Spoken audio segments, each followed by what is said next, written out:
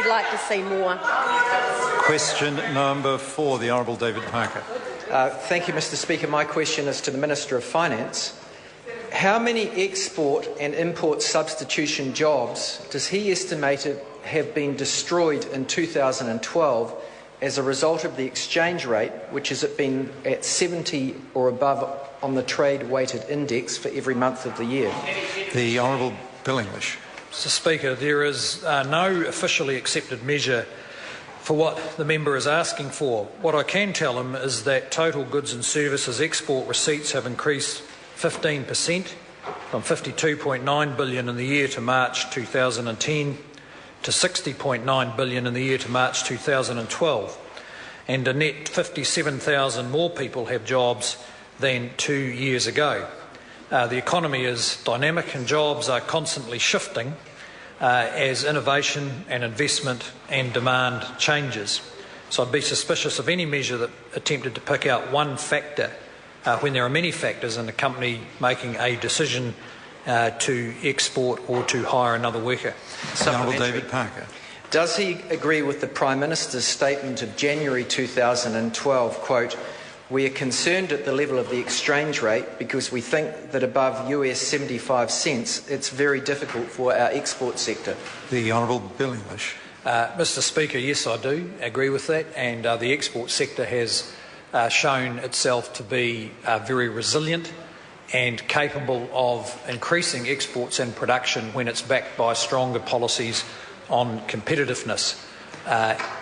If the member is suggesting there is some way to choose an exchange rate, then I'd be keen to hear from him on that. But of course he needs to keep in mind that even if he could choose the exchange rate, reducing it would reduce the standard of living of all New Zealand households. The Honourable David Parker. Does he agree with the Prime Minister's statement of August 2012 that continued currency appreciation would make the economy at some point, quotes, splutter and stutter and probably stop? The Honourable Bill English. Mr. Speaker, that is possible that could happen. As it has turned out in New Zealand, that while we have had a high exchange rate now for a number of years, a relatively high exchange rate, our export sector has continued to expand. I think the member's getting at the issue of whether we can choose an exchange rate. It would be nice if we could, but there is no known method for picking the right exchange rate in the first place. And secondly, there simply aren't the tools to hold the exchange rate at whatever desirable level there is. The Honourable David Parker. If China is running a program of competitive devaluation of their currency, as are the US, the UK, the EU, if Switzerland is defending a cap on its currency, which is the opposite of what the Minister just said, could be achieved, if Singapore is managing within a range, if Brazil and Chile are intervening in capital flows, and Japan is printing money too to protect its exporters, why should New Zealand exporters be slayed and New Zealanders lose their job because his government refuses to move on the primacy given to inflation targeting? The Honourable Bill English. Mr. Speaker, It's a serious question. The member's analysis is simply wrong, and we could go through all those countries, but the countries that are actually defending a fixed rate, Singapore and Switzerland, both have very large reserves, and in the case of Switzerland, they are building up huge imbalances in defending that rate, and one is yet to see whether the experiment is going to work. In the case of the UK and the US, they're printing money because they have zero interest rates. The fact that they're printing money is a sign of deep distress in their economies, not success. I would not like to be in that position. It would be bad for New Zealanders, bad for their incomes and bad for their job prospects. The Right Honourable Winston Peters. Given his professed concern and that of his Prime Minister with real employment and real growth, has he asked the Treasury and Reserve Bank to calculate the damage, as the primary question asked, in terms of jobs and exports from an overvalued exchange rate? And if he hasn't, why is he giving answers that says that nothing can be done about it or nothing can be quantified? The Honourable Bill English.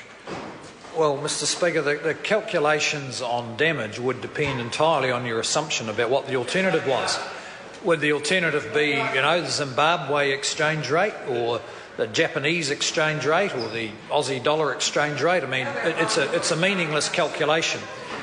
Members of the opposition are stating... Point of order, the right honourable Winston. The question asks him as to why he hasn't asked the Reserve Bank or Treasury to do these calculations. I'm not interested in his ideological views, I'm interested in theirs. Order. I've heard the member's point of order. He's now going on to debate it. The Prime Minister is answering the member's question absolutely explicitly. The member asked whether he's asked or why he hasn't asked Treasury to carry out these calculations. The Minister is explaining why he hasn't, that he believes such calculations are meaningless because of the difficulty in establishing the base level for the dollar to commence the calculation. And that's his answer for why he's not asked the Treasury to do that. Order. He's answered the question. Does the member wish to ask a further supplementary? The right honourable Winston Peters. Well, whilst most other ministers of finance in the developed world, in countries doing far better than New Zealand, are implementing policies to manage their exchange rates, policies endorsed by the IMF and leading international economists, why do he and his colleagues keep on saying, again in the House today, as they have for months, that they can do nothing? The Honourable Bill English. Well, Mr Speaker, we haven't said we can do nothing. What we've said is that we can use the tools that are likely to be effective and sustainable for New Zealand, and that is to improve the competitiveness of our exporters. There is no free lunch around the exchange rate. Any attempt to move it comes with large costs and large risks. New Zealand's been down that path before. It found that it wasn't sustainable, and for the last 25 years, it's maintained a policy of a floating exchange rate with the capacity to intervene in extreme circumstances, and we don't intend to change that policy because we haven't yet seen from the members a viable alternative way of managing an exchange rate. The Honourable David Parker.